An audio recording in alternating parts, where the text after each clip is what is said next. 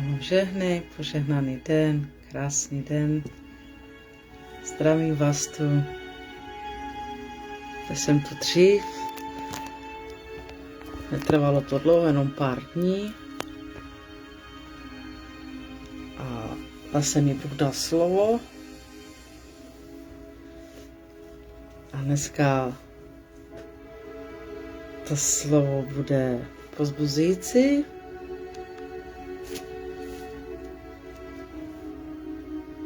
A věřím, že se v tom každý najdeme.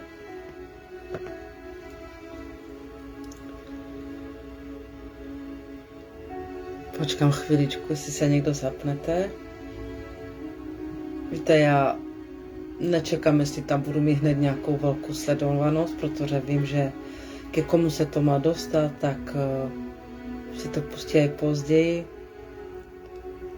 Takže nečekám, jestli tam přijde hodně lidí.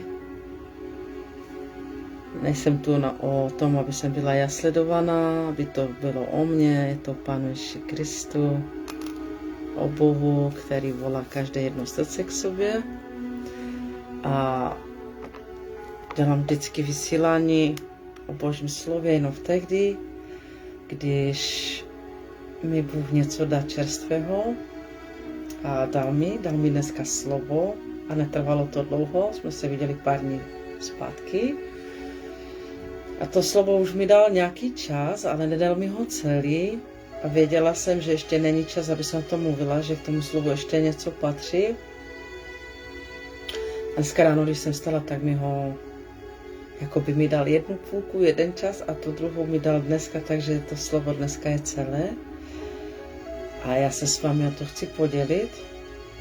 Nevím, kdo tam je, vidím, že tam je jeden člověk a nevím, či mě je slyšet. Bylo by super, kdyby si mě napsal, ať je to kdokoliv, jestli mě je dobře slyšet, jestli to neseká. Tady vzadu mám pokojičku dost taky slabý signál. A Pán vám žehnej, kdo už tam tady jste. A žehnám, abyste se mnou dneska vydrželi. Nevím, jestli to slovo bude delší nebo kratší. Mám tu napsané 3 stránky, ale ať dělá Bůh, co chce, a Duch Svatý. Ale chtěla bych se dneska, abyste se mnou vydrželi. Tento příběh je dobrý. Mě velmi povzbudilo, když mi Bůh ukázal některé věci. A než začnu cokoliv, tak budu muset první do Božího slova a přečíst vám to. Jsou to 2 příběhy o 2 bohatých mládencích, bohatých mužů, zmožných mužů. A já vám budu muset přečíst z Božího slova a až budu číst, bylo by dobré, kdybyste se soustředili na to slovo, poslouchali ho, anebo ještě lepší, jestli máte doma Boží slovo při sobě, abyste si se mnou otevřeli to Boží slovo, nebo si ho potom zkontrolovali a přečetli, protože toto Boží slovo bude o 2 bohatých mládencích. A pojďte se mnou do Božího slova, budu ho číst pomalinku a budeme si o něm povídat dneska.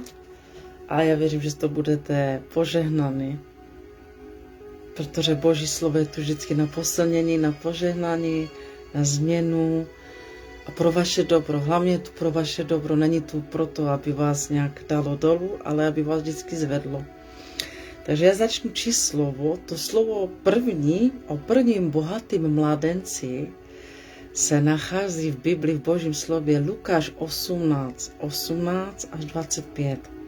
Já vám to budu pomalu číst a vy poslouchejte. Kdo chcete doma ty Biblii, otevřete a čtěte se mnou a zkontrolujte to slovo. Tehdy se ho jeden přední muž zeptal: Dobrý mistře, co mám dělat, abych se stal dědicem věčného života? Ježíš mu ale řekl: Proč mi říkáš dobrý? Nikdo není dobrý, jen jediný, Bůh. Přikázání znáš: necizolož, nezabíjej, nekrať, nelži, cti svého otce i matku. A ten bohatý mladík odpověděl. On odpověděl, to všechno jsem dodržoval od malička. A Ježíš říká, chybí ti jen jedno. Řekl mu Ježíš, když to uslyšel, prodej všechno, co máš, rozdej to chudým a budeš mít poklad v nebi. Pojď a následuj mě. Jeho však ta slova velice zarmoutila, byl totiž nesmírně bohatý. Když Ježíš uviděl, jak se velice zarmoutil, řekl, jak nesnadno vejdou do Božího království ti, kdo mají bohatství. To spíše projde velbloud uchem jehly, než boháč do Božího království. Vidíte?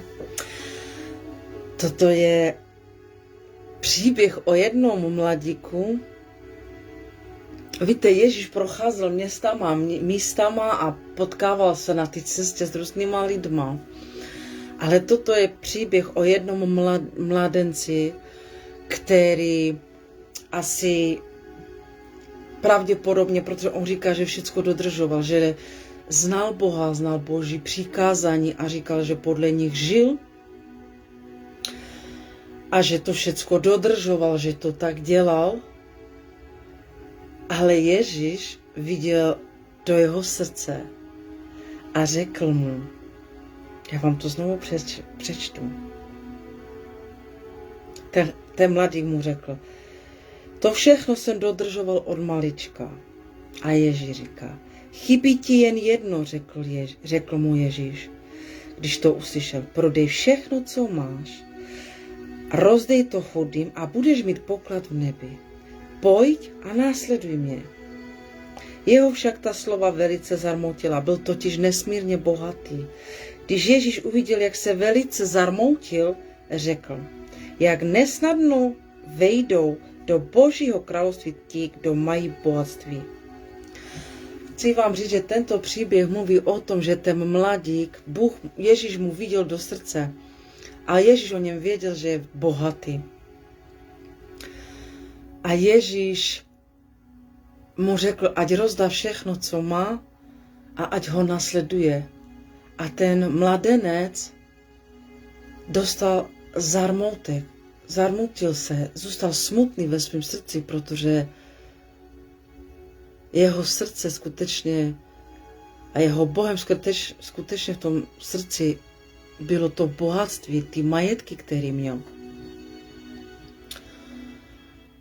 A tak asi pravděpodobně odešel od Ježíše, protože se zarmoutil. A nečteme tam, že on něco změnil, že něco udělal, že rozdal ten majetek, nečteme to tam dál, ne. Čteme tam jenom, že on přišel a ptal se, že kdo může vejít do Božího království a vlastně mluví o sobě, že on dodržoval všechno, co Bůh chtěl, že on to dodržoval. Ale přesto všechno v jeho srdci první místo měl majetek a jeho bohatství a možná i jeho postavení, protože tady se píše, že byl nesmírně bohatý, že byl asi velmi, velmi bohatý. A mnozí taky lidi jsou, že vidí Ježíše a jsou jako nadšení a přijdou k němu a řeknou, jo, já tě znám, já čtu tvoje slovo, však ano, já dodržu to, co říkáš, jo. Ale potom, když přijde Ježíš a řekne, aby jsme něco oddělili, odstranili z našeho života a my si to držíme, protože to máme rádi, tak když už přijde na tu změnu nebo se něčeho vzdát, tak zůstaneme smutní v našem srdci a víme, že to nechceme opustit.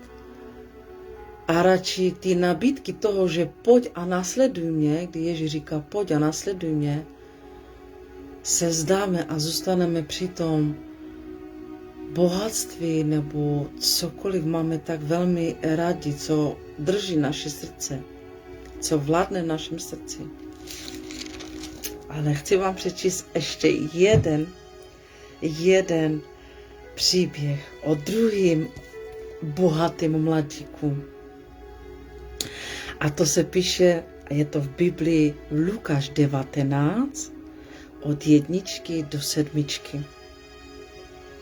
A já vám ho pomalu přečtu a pak si o tomto mladíkovi bohatým taky něco povíme. Ježíš přišel do Jericha a procházel jim. Jericho bylo město. A hle, byl tam muž jménem Zacheus. Hlavní výběrčí daní a veliký boháč. Toužil se podívat, kdo je Ježíš.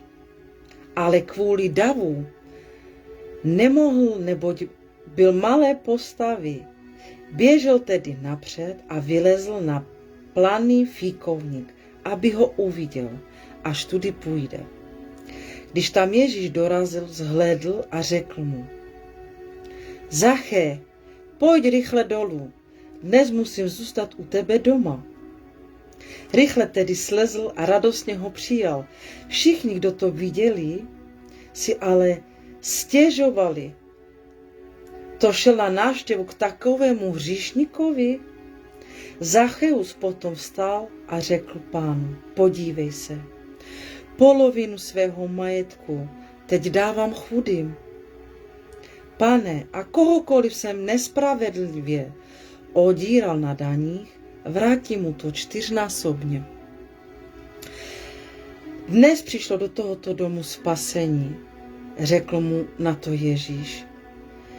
I on je přece syn Abrahamův, syn člověka, totiž přišel hledat a zachránit, co bylo ztracené. Vidíte, máme tu příběh o dalším mladíkovi, bohatým mladíkovi. A ten mladý bohatý muž se jmenoval Zacheus. Ale chci vám říct, že i ten první bohatý muž byl Žid. To znamená, že byl z božího lidu, ale i tento druhý bohatý muž byl taky Žid. Ale tento bohatý mladík, on byl hlavní, víte, co to je hlavní výběrčí daní? To je nějaký vedoucí, který prostě vede, dává rozkazy, příkazy a musí věci fungovat tak, jak on je dá. Ale když to byl Žid, a teď si představte, dám to na nás na Romy, abyste to pochopili, já ráda zjednodušuji věci.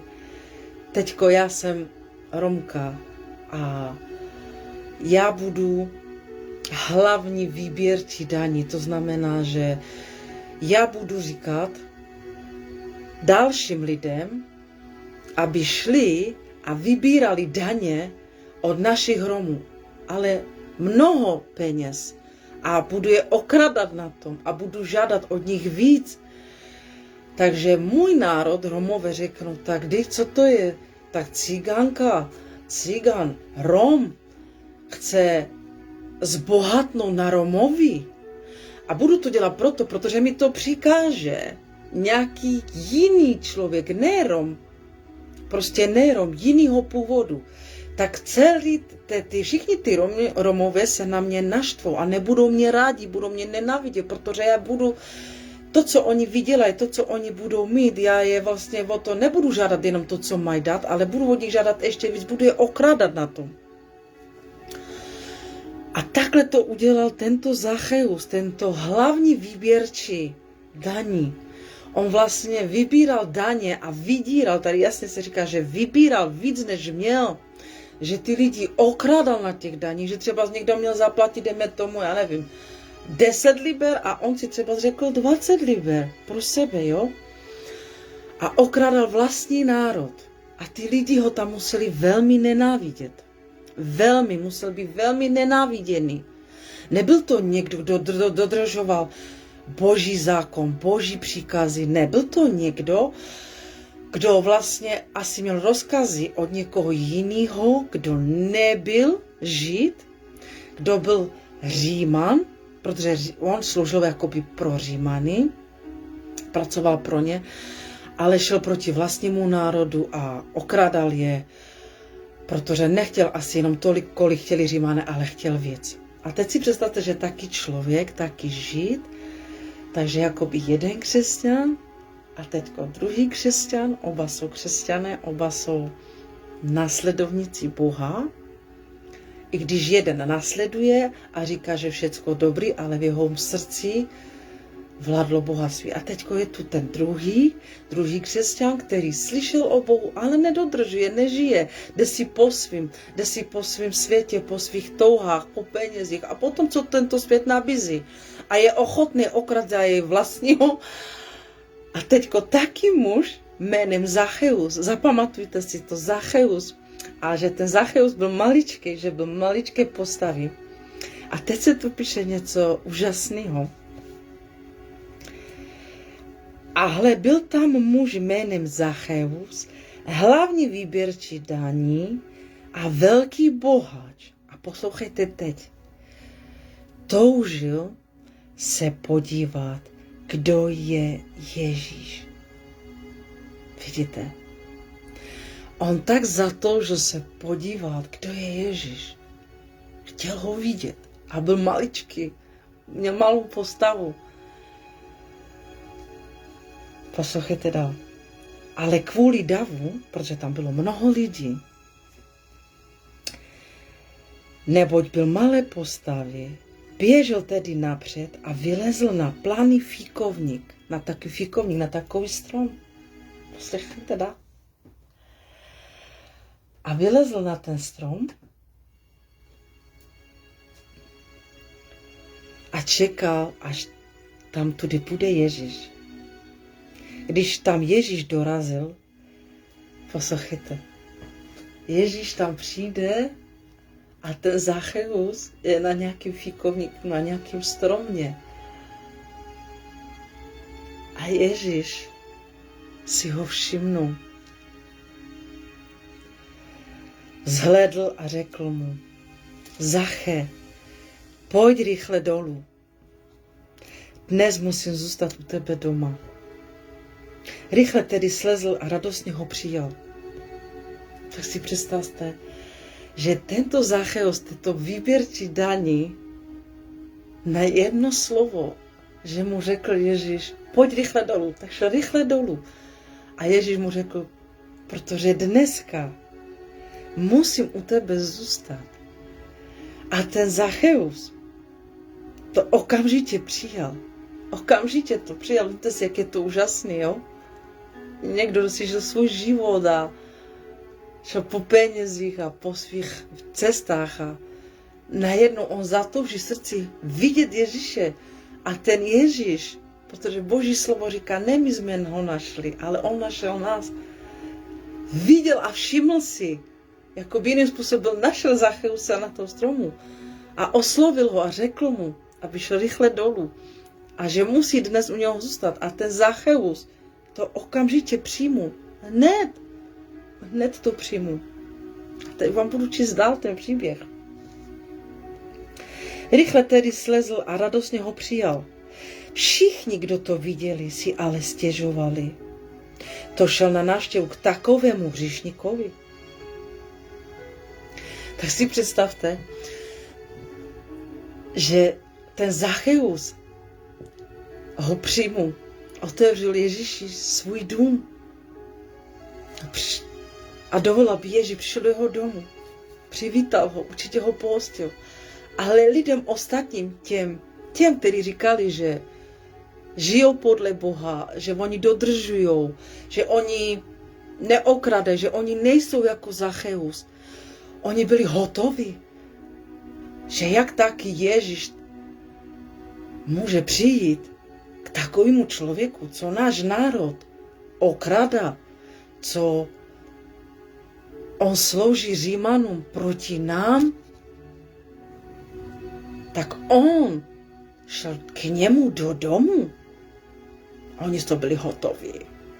A dneska jsou aj tak křesťani hotoví, když přijde někdo do jejich společnosti, do jejich blízkosti nebo do shromáždění a přijde někdo, kdo ví o Bohu ale přijde ještě plný toho starého života, není změněný a žije si svoje a najednou taky člověk tam přijde.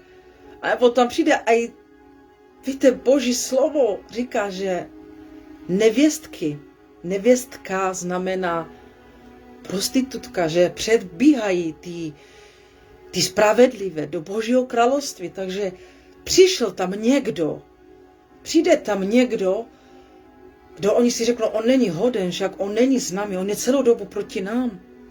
Možná, že ten Zacheus aj mluvil proti ním. Možná, že byl i nějaký člověk, který znal Boha, ale mluvil proti křesťanům, šel proti křesťanům.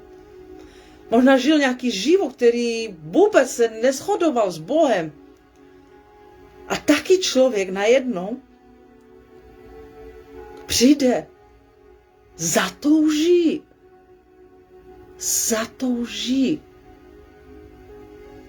po Ježíši, zatouží. A teď si vemte, že všichni okolo ho odmítnou. Všichni, tady dokonce říká, všichni, kdo to viděli, si ale stěžovali. Tak si vemte, že dneska si dokážu stěžovat taky člověk mezi nás, taká prostitutka, taky výběrčí daní, taky okradač, taky klamár, taky feťák, taky bezdomovec, co smrdí, taky špekulant. A to se aj dneska děje, aj vtedy se to dělo, aj dneska se to děje. Ale chci vám něco říct. Ten příběh pokračuje.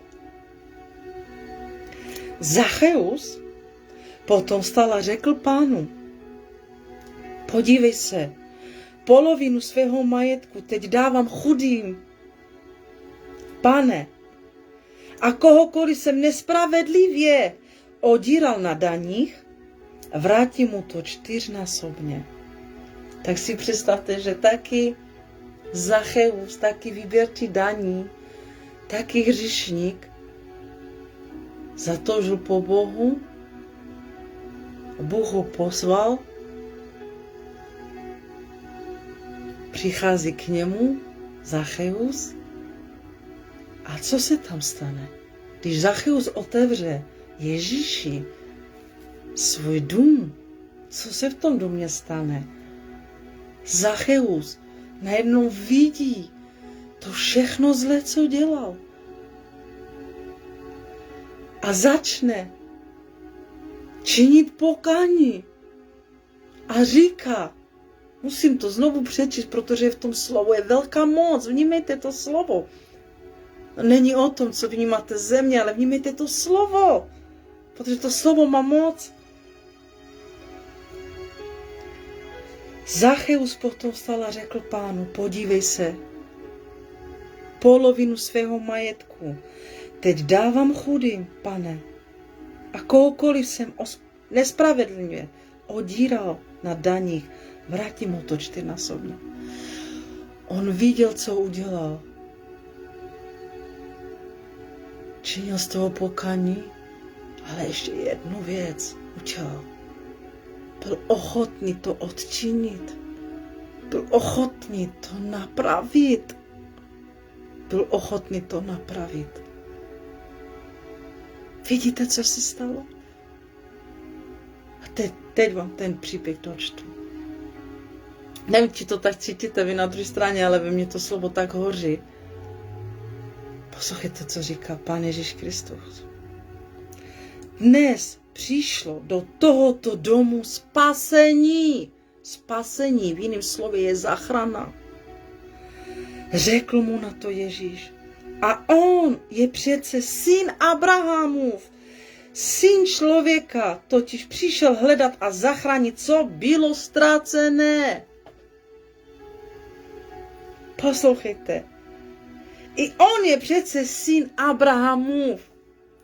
I ty, i já. I každý člověk na této planetě je stvořen Bohem. Každý jeden jsme stvoření živého Boha. Poslouchej. Ty i já jsme stvoření živého Boha. A Bůh nás volá, A nechce jenom, aby jsme věděli, že on je jenom náš stvořitel. Ale on nás volá, aby jsme se stali jeho dcerami a synami. Až tak blízko nás volá. On nechce, aby jsme věděli, že on je jenom nějaký stvořitel. Protože on je stvořitel všech národů. Víte, Ježíš, Bůh stvořil každého člověka na této planetě, který žil, je a bude, který se ještě narodí. Bůh je stvořitel každého člověka. Každého. Či to ten člověk věří nebo nevěří, či jsou věřící, či nejsou, či věří v něco jiného. Pravda je, že on je stvořitel každého člověka. Ale je tu druhá pravda, hlubší. On nechce, aby my jsme byli jenom jeho stvoření. On chce, aby si se stal ty i já dnes jeho dcerou a synem. Jeho dcerou a synem. Poslouchejte poslední větu. Syn člověka totiž přišel hledat a zachránit, co bylo ztracené.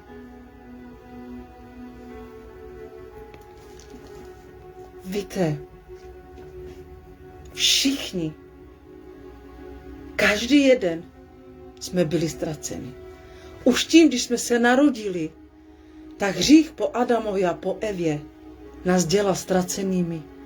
Jejich hřích, jejich zklamání, už jenom když se narodil člověk, spočíval na našem životě. Jejich hřích, to je generační hřích. Ale Ježíš přišel ty zatracené. Ty, který bychom měli jít na to odkazání, do zatracení. Ty přišel zachránit. Najít a zachránit. A tak Ježíš ten den našel toho Zachea. A dneska tak tebe i mě našel. A Zacheu udělal a navrátil 4násobně. To znamená, že i ty něco uděláš špatně, můžeš to napravit kdykoliv. Furt je tu. Já věřím v jednu věc. Jsem o ní přesvědčena. Když se někdo setká skutečně s Pánem Ježíšem Kristem, skutečně, vidí svůj hřích. První zůstane smutný, zarmocený sám nad sebou. Pak vidí všechny zlé své věci, pak činí pokání. Pokání znamená, olituje toho. A pak přichází třetí fáze a to je změna. Věřím v to, kdo se skutečně setká s Pánem Ježíšem Kristem, přichází změna. A dneska tobě chci říct na druhé straně, nezáleží, jak dlouho následuješ Krista. Nezáleží na tom, ani jak dlouho ho nenásleduješ. A nezáleží ani na tom, jestli jsi se dneska s ním setkal poprvé. Ale záleží, jestli když přijde, jestli se s ním skutečně setkáš. Jestli přijdou tyto 3 věci. Uvědomění hříchu, přichází pokání a přichází změna. Když Bůh tě miloval dřív, než ty jeho, on našel tebe. Chci vám říct, že bohatství a to, co tento svět přináší, tě nezachrání. Ale moudrost pochopit, že bohatství tohoto světa je pomíjitelné. A nic z toho si nevezmeme do Božího království. A chci vám říct, jestli jsi bohatý v tomto světě, pro tento svět, tak jsi chudák v duchu před Bohem. Jsi chudý, jsi nahý.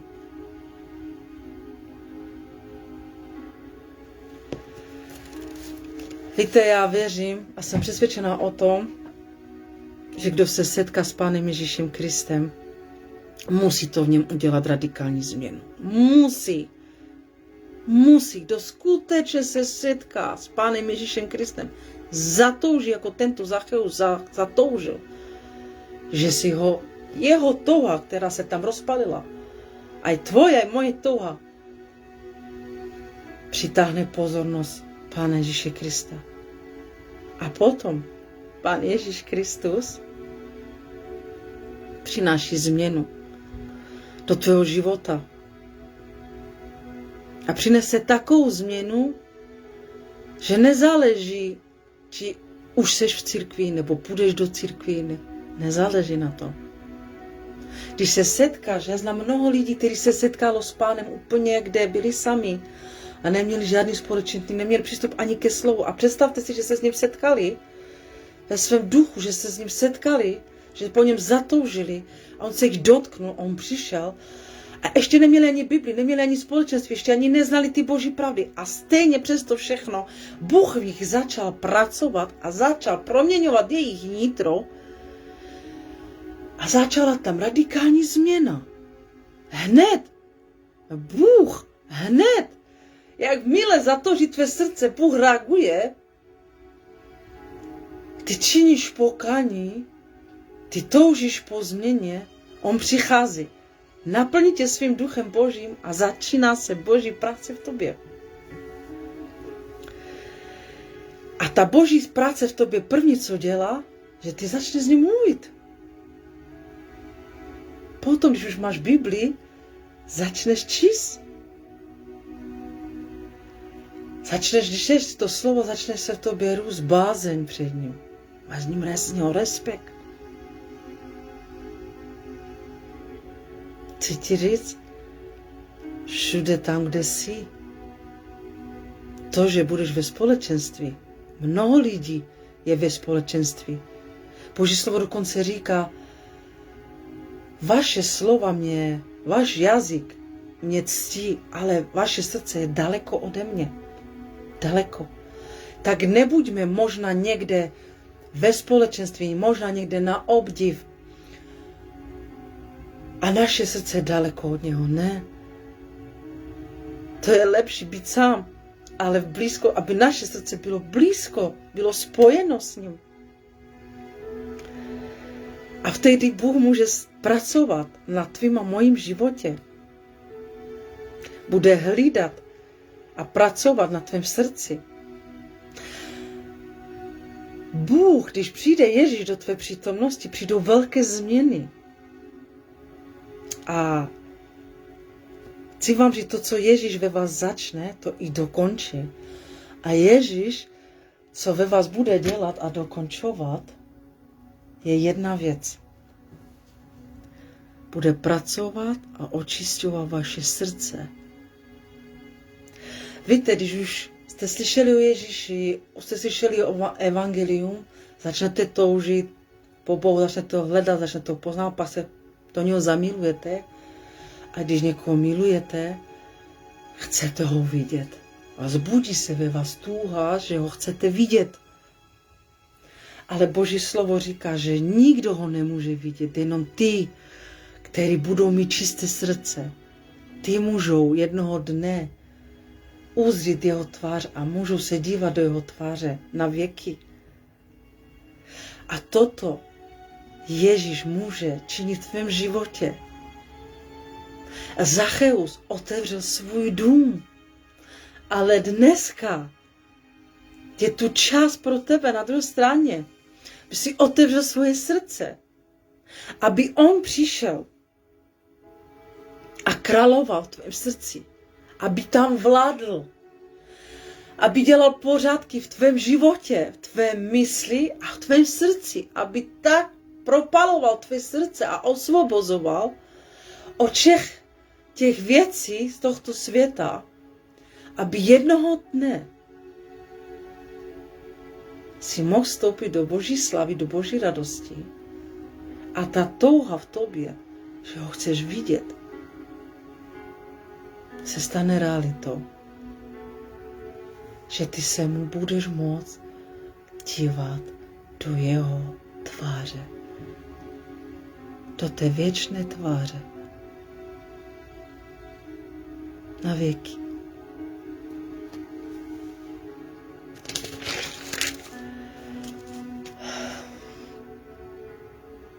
Víte, ten bohatý mladík, ten první, dodržoval Boží zákony, ale jeho srdce nebylo při Bohu, ale při jeho majetku. Kde je tvoje srdce a moje srdce dnes? Je při Bohu? Nebo chceš, aby bylo při Bohu? Nebo je při tomto světu? Při tom, co nabízí tento svět? Při hříchu, při nenávisti, při neodpuštění, při zlobě, při píše já. Při tomto? Kde je dneska tvoje srdce? Zeptej se. Co vládne v tvém srdci? A Zacheus, to je ten druhý bohatý mladík. Když vyšel na ten strom, on musel utíkat. On první utíkal a hledal ten strom, aby ho mohl vidět, aby tam mohl jít. I ty dnes můžeš dneska hledat Boha, toužit. A tvoje touha, hledání ho přitáhne. A on řekne, dnes musím jít do tvého domu. Tak Ježíš dneska tobě řekne, dnes chci vstoupit do tvého srdce. Dnes chci vstoupit do tvého srdce. Otevři mi tvoje srdce.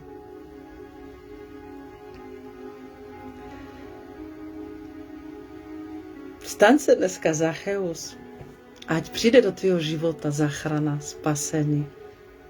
A víte, já vím, že to nekončí jenom u nás. Že to bude pokračovat skrze naše životy na další životy.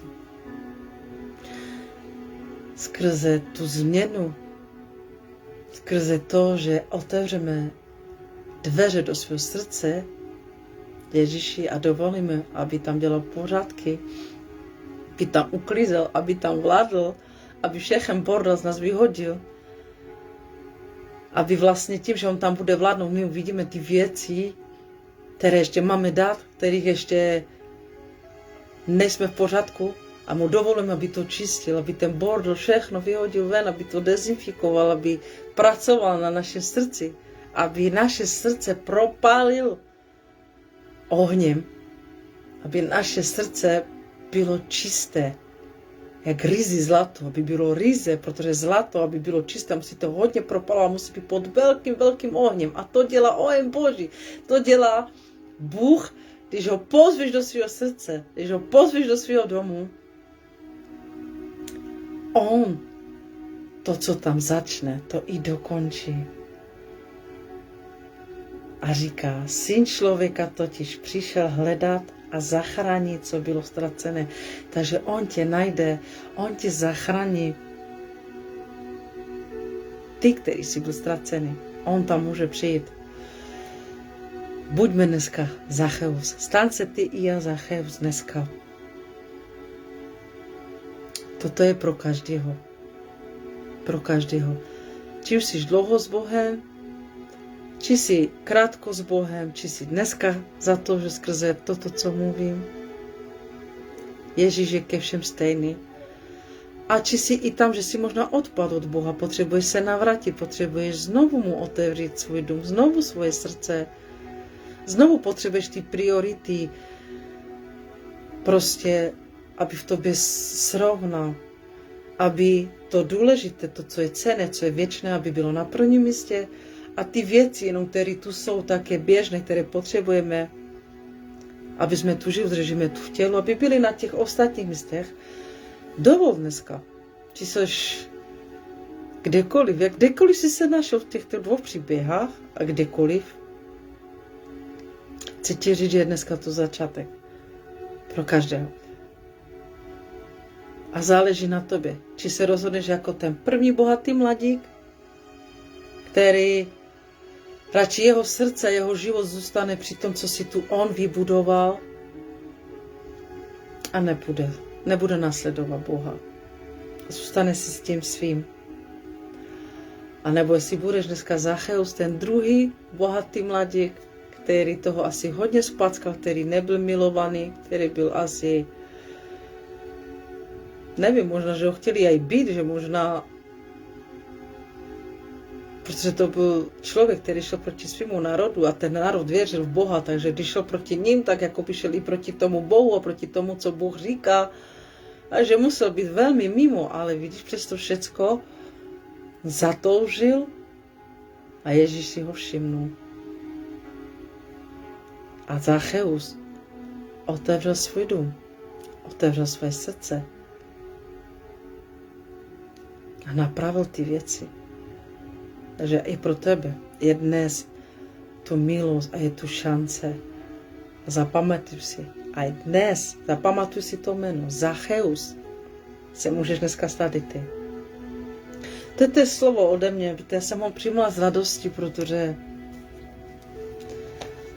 že když čtete Boží slovo, tak ve vás dělá to, co v tu danou chvíli má dělat a dneska mi přineslo velkou radost a vím, že mnoho lidí zná toto slovo různýma způsobama a dokonce nedávno jsem slyšela jednoho služebníka, jak mluvil o tomto slově trošku jinak, jak jsem to nikdy neslyšela, velmi požehnaně, ale vím, že Boží slovo nemá jenom jeden směr, Boží slovo skrze Ducha Svatého nám to může otvírat každému nějak trochu jináč, ale je důležité, aby jsme to přijmuli, aby jsme to žili a aby jsme to podali druhým. Nenechávejte si sobě, prosím vás, to, co do vás Bůh vložil. Nenechávejte si to. To je chléb z nebe. A on chce Bůh, aby jsme se po to podělili. A nenechávejte dlouho v sobě to, co Bůh vám dává. Ano, jsou věci, které dává pro vás, pro vaši změnu, a které jsou jenom mezi vámi a ním, ale potom jsou věci, Boží slovo a zjevení, kdy chce, abyste se podělili o to aj s druhými, abyste to dali aj druhým. Protože když stojí někde dlouho voda, tak začne smrádnout a potom přestane být k užitku. Takže pokud je to čerstvé, je to ve vás živé, anebo máte svědectví, máte zásah, dotyk, nebo vám řekne slovo Boží a zasáhne vás to, podělte se. Šiřte Boží království. Šiřte ho, Boží slovo. Šiřte ho, ať roste. Žehnám vám všem požehnaný den. Ať toto slovo, jestli se v něm najdete, ať je vám na požehnání, ať přinese to, co Ježíš chtěl, aby bylo přineseno skrze toto slovo do každého srdce. A žehnám vám. Chci vám říct, že to nikdy nebylo o nás, že je to o něm, ale je úžasný, že on chce, aby jsme byli toho všeho, co on činí tu na zemi, jsme byli součástí. Aby jsme se stali toho nádobami. Takže žehnám vám krásný požehnaný den, plný radosti, naděje, pokoje a žehnám vám, ať vyjdeme z věcí, kde ještě jsme pozadu, jako tento Zacheus. Mějte krásný požehnaný den. Pán vám žehnej všem.